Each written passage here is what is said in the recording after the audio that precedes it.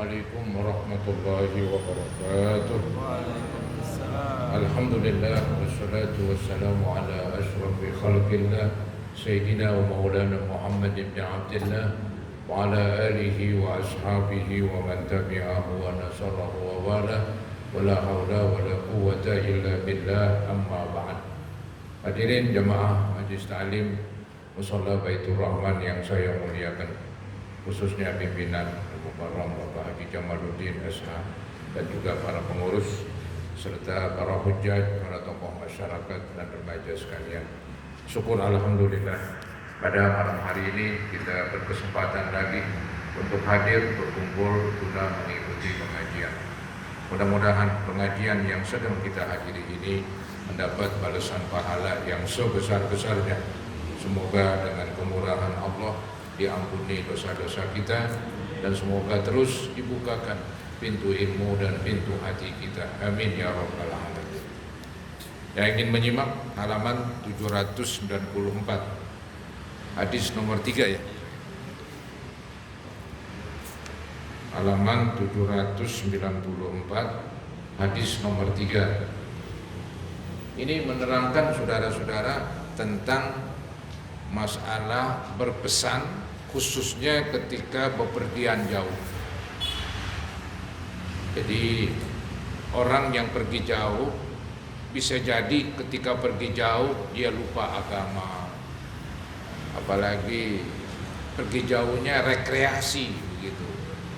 Jadi yang ada girang aja udah ya, pada lupa mati saudara-saudara ya. Padahal jangan-jangan kain kafannya udah disediain. Maksudnya nih ketika kita bepergian jauh kita ingat agama, karena bisa jadi mati menjemput kita dalam suasana kecelakaan dan sebagainya. Maka saling berpesanlah, yang di rumah mesenin yang pergi ya, dan mendoakan ya, yang pergi pun apalagi pergi yang bagus, pergi haji, pergi umroh, itu boleh tuh, jangan lupa ya doain saya begitu. Artinya saudara-saudara yang di rumah yang gak pergi umroh minta didoakan oleh orang yang pergi umroh, pergi haji, pergi ibadah. Begitulah dalam agama Islam. Ini mungkin pelaksanaan dari watawasau bil haqq watawasau bis sabr.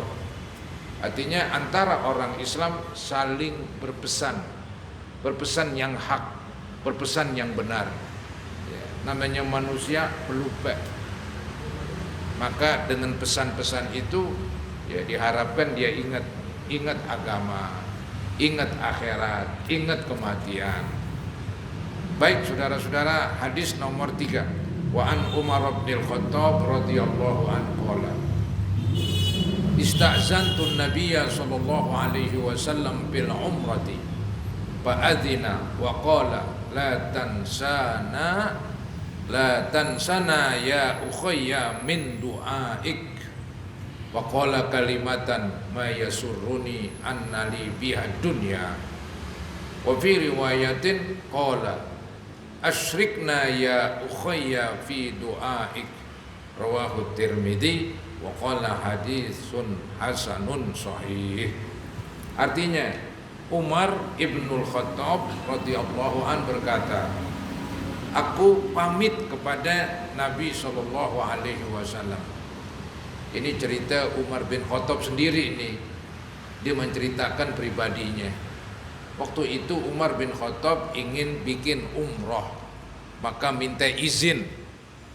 Ya, arti istazantu minta izin. Di sini diterjemahkan diartiin aku pamit begitu. Ya bolehlah. Aku pamit kepada Nabi sallallahu alaihi wasallam untuk menunaikan umrah. Beliau memberi izin ya, jadi Nabi Muhammad pun memberi izin. Sahabatnya mau beribadah ya, Nabi mengizinkan. Itulah adab tata krama seorang bawahan terhadap atasan. Seorang Umar bin Khattab terhadap Nabi. Umar mau pergi jauh, mau umrah, maka minta izin dulu kepada Nabi. Dan Nabi pun mengizinkan, karena ini pergi yang bagus. Dan bersabda, wahai saudaraku, wahai Umar bin Khattab, jangan lupakan kami dalam doamu. Nah, ini yang hebat. Nabi begitu tinggi kedudukannya di hadapan Allah, tapi tetap aja mengharapkan doa dari Umar bin Khattab. Karena Umar bin Khattab kan pergi ibadah. Dan ini Nabi ingin mengajarkan kepada umatnya bahwa nggak ada salahnya orang yang tidak pergi umroh di rumah minta didoakan. Didoakan di tempat-tempat mustajab. Begitu. Maka Nabi berkata, jangan lupakan kami dalam doamu.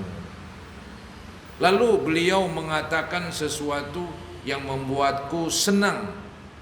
Maksudnya ini kurang pas nih artinya nih. Lalu beliau mengatakan sesuatu yang membuatku senang seakan mendapat dunia. Maksudnya nih Umar bin Khattab langsung tuh dia berkomentarlah di dalam hatinya begitu. Artinya waduh tadi Nabi mengucapkan suatu kalimat, saya dengarnya girang banget. Itu kalimat yang tadi saya dengar. Kalimat apa tadi itu? La tansana ya ukhayya min du'aik. Yaitu kalimat jangan lupakan kami dalam doamu. Itu kalimat kata Umar bin Khattab membuat saya gembira. Seandainya kalimat itu diganti dengan dunia, artinya kalimat itu enggak terucap dari mulut Nabi, tapi Nabi kasih dunia seisinya, tetap kata Umar belum menyamai kalimat tersebut yang membuat saya begitu gembira. Jadi Umar bin Khattab merasa mungkin bahasa sekarang tersanjung, tapi nggak enak lah ngomong begitu. Beliau kan orang hebat, Umar bin Khattab. Dia girang banget tuh omongan Nabi. Nabi minta doa sama dia tuh digirang banget, saudara-saudara. Ini mungkin disimpulkan bahwa doa Umar ini ya seenggak-enggaknya Allah terimalah begitu. Buktinya Nabi sendiri minta, jangan lupakan saya wahai Umar bin Khattab. Di sini diartiin lalu beliau mengatakan sesuatu. Ya. Maksudnya beliau di sini Nabi Muhammad. Jadi bukan mengatakan, udah dikatakan sebetulnya. Ya. Maka ini artinya agak nggak pas begitu. Jadi perkataan beliau begitu aturannya. Perkataan beliau yang tadi membuatku seneng. Itu yang arti letterleknya. Tapi diartiin lalu beliau mengatakan sesuatu. Maksudnya perkataan Nabi yang tadi itu, wahai saudaraku, jangan engkau lupakan kami dalam doamu. Ini yang membuatku senang seakan mendapat dunia. Bukan seakan mendapat dunia, seandainya digantiin dengan dunia tetap masih lebih bagus ucapan Nabi begitu. Bukan jadi senang akan mendapat dunia, jadi ya itulah artinya kurang pas memang.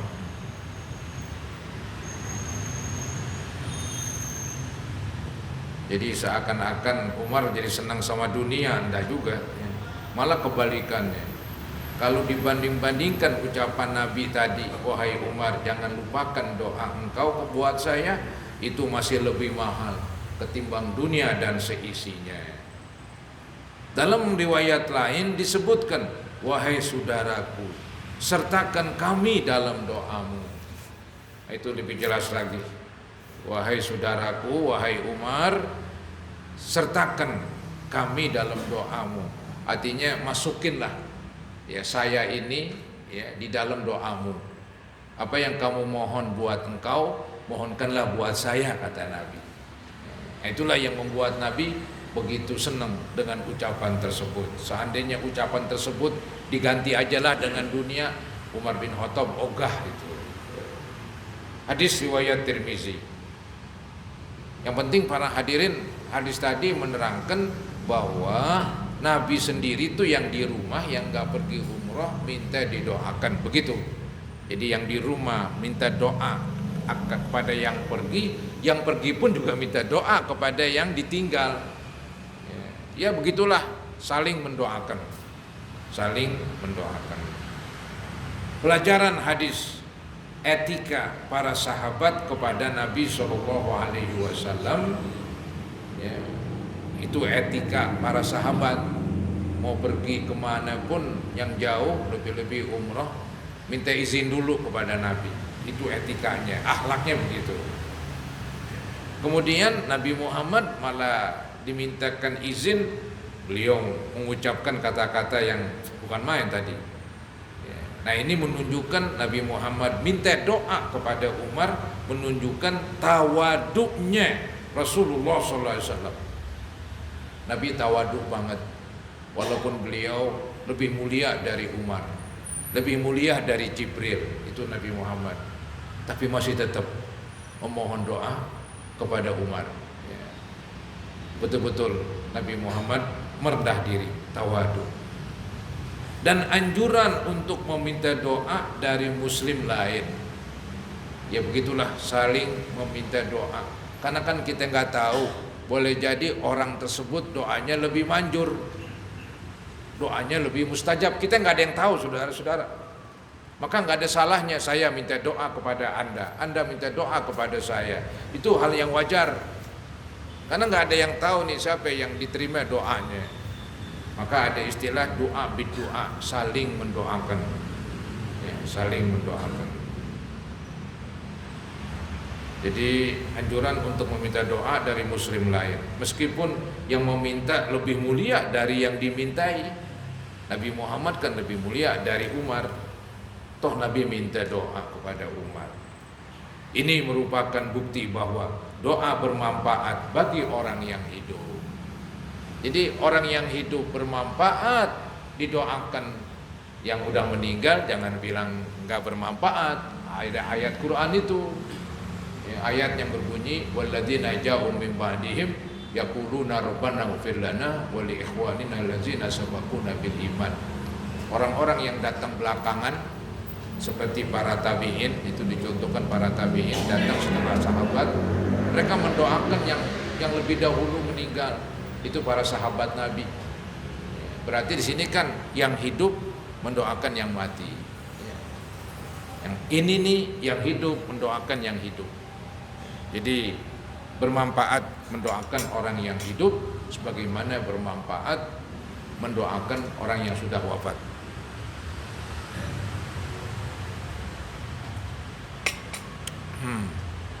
Ini merupakan bukti bahwa doa bermanfaat bagi orang yang hidup.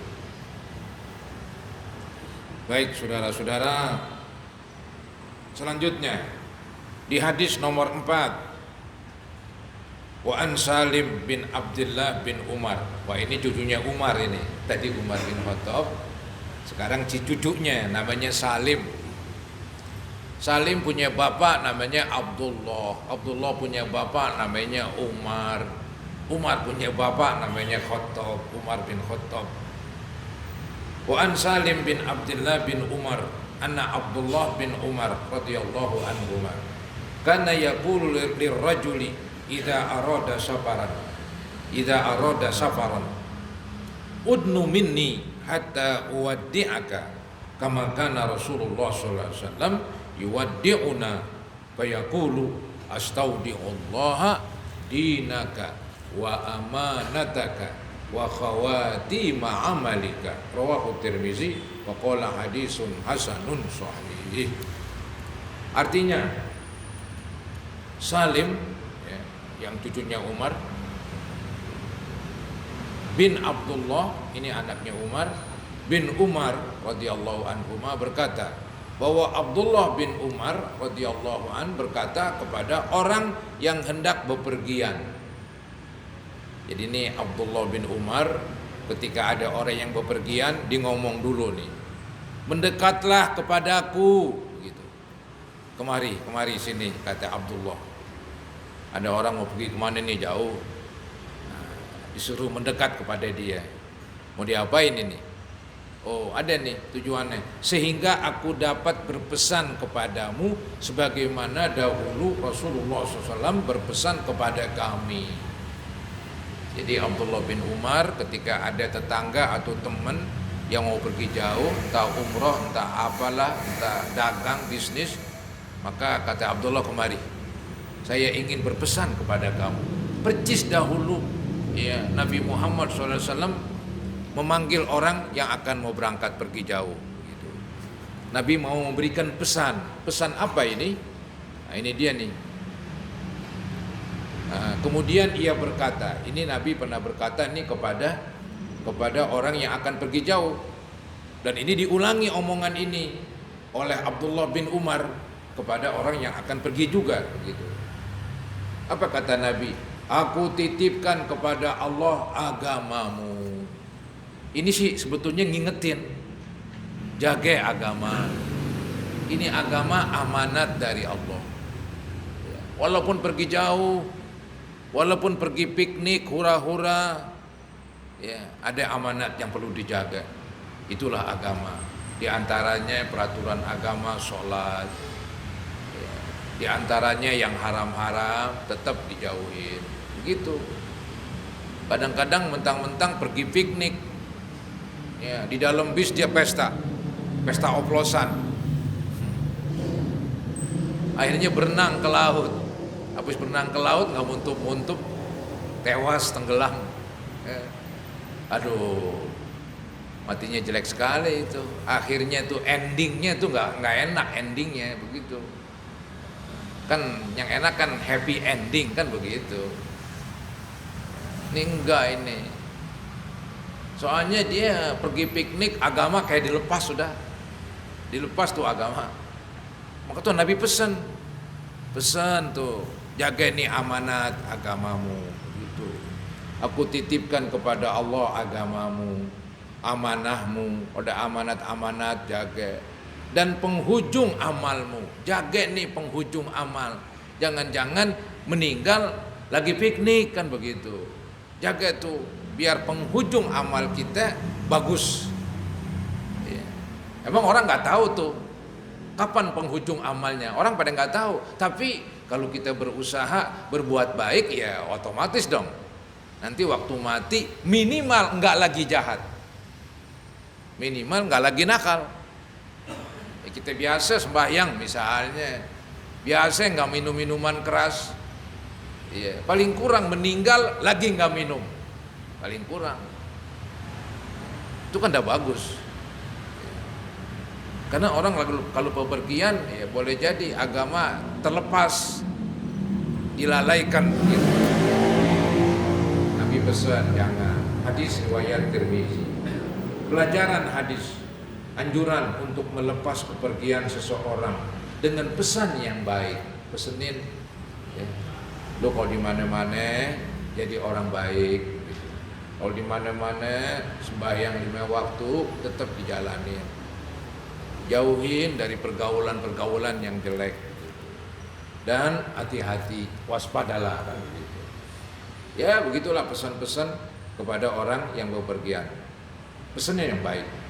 Secara khusus berpesan terhadap urusan agama itu memang lebih-lebih lagi. Ya urusan hati-hati, urusan ini jangan tertipu dan sebagainya. Ya penting, tapi ada yang lebih penting lagi, jaga agama kamu. Itu namanya berpesan terhadap urusan agama lebih penting lagi, karena perjalanan jauh dapat membuka peluang bagi seseorang untuk mengabaikan urusan agama. Bepergian jauh jadi terbuka peluang untuk orang lalai terhadap agama. Selain memungkinkan orang menemui kematian, boleh jadi waktu bepergian mati kecelakaan, naik pesawat terbang, jatuh, naik kapal laut, tenggelam, naik mobil, kecelakaan di jalan tol. Itu kan mungkin aja, ya nggak pasti. Jadi bisa jadi orang dalam perjalanan mendapat kecelakaan, berarti kematian menjemputnya, dan itu sering terjadilah. Ya. Sering saudara-saudara, apalagi lebaran itu kalau hari raya orang pulang mudik itu polisi mencatat tuh yang meninggal tahun ini sekian ratus orang gitu, setiap tahun. Nah itu kudunya pelajaran, harus hati-hati ya. Harus memelihara apa ini lanjutannya nih ya.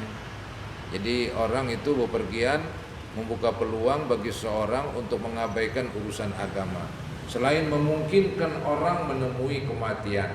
Dengan demikian ia harus memelihara ketakwaannya, menjaga amanah syariah, dan berharap mendapatkan husnul khotimah. Takwa tetap walaupun dalam perjalanan. Syariat agama, peraturannya dilaksanakan, larangannya ditinggalkan. Begitulah. Jangan mentang-mentang pergi, agama peraturannya dilanggar. Jangan, berbahaya.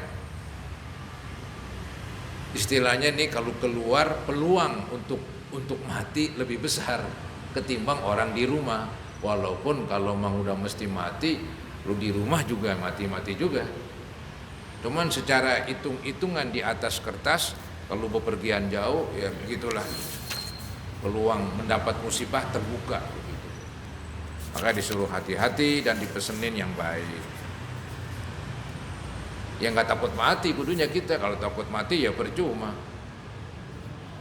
ya, nggak bisa ngapa-ngapain. Ntar naik pesawat ogah takut jatuh, naik mobil ogah juga ntar tabrakan, naik kapal laut ogah tenggelam. Ya mendingan mampus aja udah di rumah. Apaan gitu, pengecut jadinya, salah lagi. Bismillah, hati-hati, dan tadi tetap jalanin agama. Kalau memang kita mau meninggal, dimanapun meninggal juga, ya kan kita percaya sama takdir, ya, itulah takdir. Baik saudara-saudara, selanjutnya masih dua lagi ini.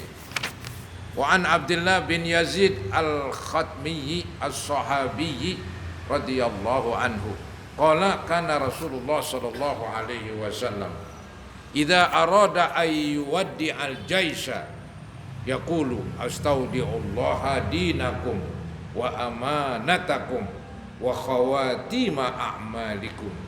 Hadisun sahihun rawahu Abu Daud wa ghairuhu bi isnadin sahih.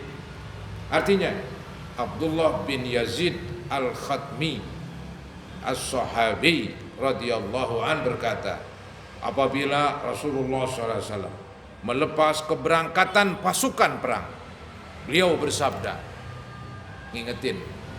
Jadi kalau Nabi mau melepas pasukan, memang Nabi itu kadang-kadang nggak ikut perang, kadang-kadang ikut perang. Lihat situasi lah. Ada hikmahnya nih, ada hikmahnya bahwa ketika Nabi nggak ikut perang, ini menghibur orang-orang yang di Madinah yang nggak perang. Kenapa nggak perang mereka? Karena nggak punya persiapan. Di zaman Nabi kan perang modal sendiri, nggak punya kendaraan, nggak punya pedang, mau perang bagaimana? Akhirnya di rumah. Nah ini dihibur oleh Nabi, bahwa Nabi pun sewaktu-waktu nggak ikut perang. Perang Badar Nabi ikut, perang Uhud Nabi ikut. Adalah beberapa perang yang Nabi nggak ikut. Nah ini diantara contoh Nabi nggak ikut perang, maka beliau yaitu berpesan melepas keberangkatan pasukan perang. Beliau bersabda, aku titipkan kepada Allah agamamu, amanahmu, dan penghujung semua amalmu. Penghujung ini akhir semua amalmu. Saya titip kepada Allah, biar Allah lindungin kamu, biar Allah beri taufik kamu, biar Allah beri rahmat kamu. Itulah permintaan Nabi kepada pasukannya yang mau berangkat. Artinya Nabi mendoakan pasukan yang akan berperang. Pelajaran-pelajaran hadis, anjuran bagi pemimpin untuk melepas kepergian tentaranya yang akan berperang dengan nasihat-nasihat. Jadi seorang pemimpin memang dianjurkan begitu, biar memberikan semangat, biar keberaniannya tetap ada, ya. Jangan ditakut-takutin begitu, diberikan semangat mereka. Kan berperang itu yang pokok tuh semangat begitu. Maka Nabi demikian tuh berpesan, memberi nasihat. Seperti yang disebutkan dalam hadis yang tadi itu, jaga agama, jaga amanat, agar mereka senantiasa memelihara agama yang mereka berperang karenanya. Sahabat Nabi berperang karena agama, karena membela agama Islam. Maka waktu berperang, menuju ke tempat perang, jangan sampai melupakan agama. Ente berperang untuk demi agama, membela agama. Masih ketika mau berperang, agama peraturannya nggak dilaksanakan, nggak sembahyang, nggak ini, nggak itu, dengan alasan berperang, nggak bisa. Maka ada sholat berperang. Sebelum berkecamuk tuh diatur. Tapi ketika berkecamuk ya sembahyang juga sebisa-bisanya. Begitulah ya. Jadi dikatakan nih apa dikatanya nih? Agar mereka senantiasa memelihara agama yang mereka berperang karenanya dan berharap mendapatkan husnul khotimah. Ya, mudah-mudahan tuh mendapat husnul khotimah ketika dia berperang. Jadi saudara-saudara, di dalam Nabi pergi, di dalam tentara pergi itu Nabi berpesan ya, supaya tetap menjaga agama. Walaupun tujuannya itu memang tujuan karena agama, tetap juga lah dipesenin. Namanya manusia pelupa. Ya. Begitu agama Islam, saling mengingatkan. Watawasau bil haq, watawasau bis sabr. Saling berpesan supaya sabar. Jangan ngamuk-ngamuk, hadapin dengan tabah. Itu agama Islam. Kemudian di hadis nomor 6, wa an Anasin radhiyallahu anhu qala, jaa rajulun ila Nabi sallallahu alaihi wasallam faqala ya Rasulullah inni uridu safaran fazawwidni faqala zawwadakallahu taqwa. Qala zidni, qala wa ghafara zambaka, qala zidni, qala wa yassara lakal khaira haitsuma kunta. Rawahu Tirmizi wa qala hadisun hasan. Ini pesan Nabi ini ketika salah seorang sahabatnya mau bepergian. Nih, Anas radhiyallahu an berkata bahwa seseorang datang kepada Nabi SAW dan berkata, ya Rasulullah, sesungguhnya aku hendak pergi.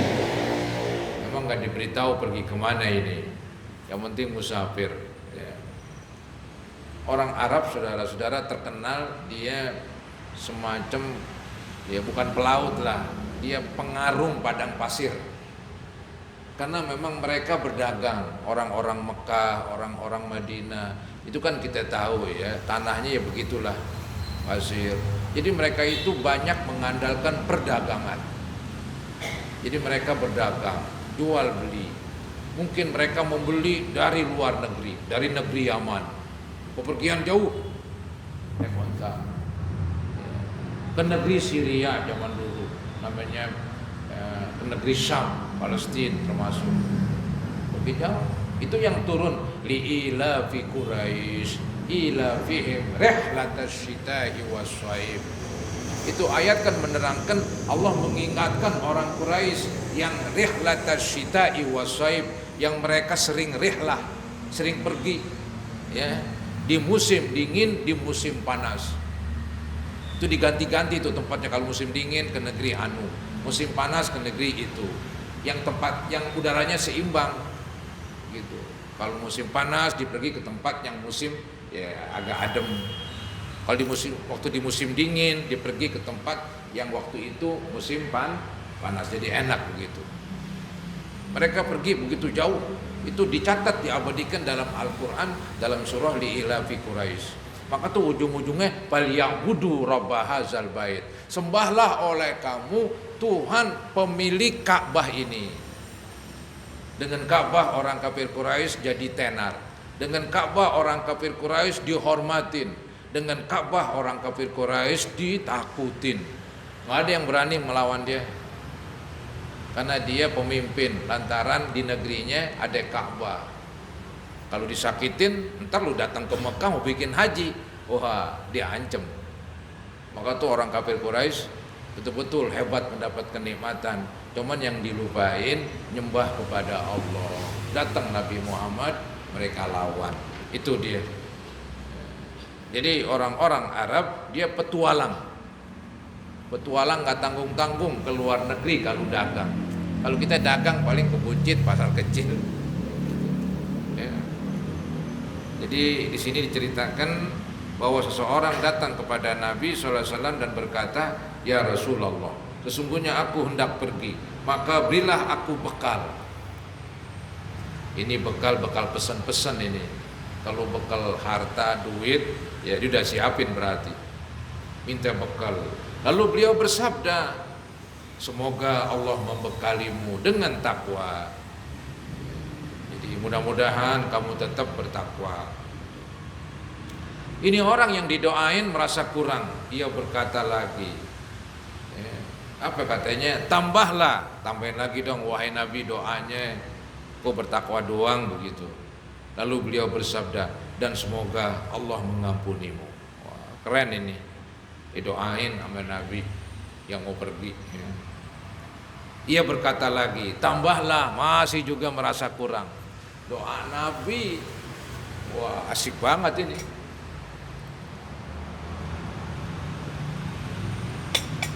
Doa Nabi, saudara-saudara, orang rebut-rebut, ya mustajab istilahnya. Pantesan tuh diminta tambah. Nggak apa-apa itu. Ya, itu namanya dia tomak kepada kebaikan. Bagus. Ia berkata lagi, "Tambahlah." Lalu beliau bersabda, "Dan semoga Allah memberimu kemudahan." Ya. Banyak banget doanya. Mudah-mudahan Allah berikan kamu ketakwaan. Minta lagi, mudah-mudahan Allah ampuni kamu. Minta lagi, mudah-mudahan Allah memberimu kemudahan. Biar urusannya mudah. Begitu. Untuk kebaikan dimanapun kamu berada. Dimana aja kamu berada, mudah-mudahan Allah mudahkan urusan kamu, Allah berikan kebaikan. Hadis riwayat Tirmizi. Pelajaran hadis, anjuran bagi orang yang akan melakukan bepergian untuk mendatangi teman-temannya guna meminta doa dari mereka. Ini dilaksanakan oleh umat Islam di Indonesia, khususnya ketika pergi haji, pergi umroh. Orang diundang datang ke rumahnya, ya. Nah di situ nanti mereka berzikir, ya, mengharap supaya keselamatan, kemudahan di dalam bepergian. Bagus itu, daripada datangin ke rumah dia datangnya ke rumah dia kelamaan, undang aja udah, ya. Jadi doa bagus sekali, doa senjata orang mukmin. Anjuran bagi orang yang akan melakukan bepergian untuk mendatangi teman-temannya guna meminta doa dari mereka. Anjuran mereka, anjuran yang didatengin, anjuran yang tidak bepergian, ya, untuk mendoakan kebaikan untuknya, dan anjuran untuk meminta tambahan doa agar hatinya tenteram. Jadi baik yang didatengin atau yang datang, masing-masing butuh doa. Memang selama kita masih hidup, selama itulah kita butuh doa. Doa itu kan saudara-saudara yang tadi saya bilang senjata orang mukmin. Jadi kita nggak bisa meremehkan doa. Memang ada doa firman Allah itu, "Ud'uni astajib lakum." Berdoalah kamu, saya terima doa kamu. Memang benar diterima. Tapi pengertian diterima enggak mesti apa yang diminta dikasih sama Allah. Nanti Allah yang pilihin mana yang cocok begitu. Maka tuh ada hadis Nabi, setiap doa pasti diterima. Pengertiannya bagaimana? Bisa jadi apa yang diminta dikasih, konten. Bisa jadi yang diminta nggak dikasih, tapi digantiin yang lain.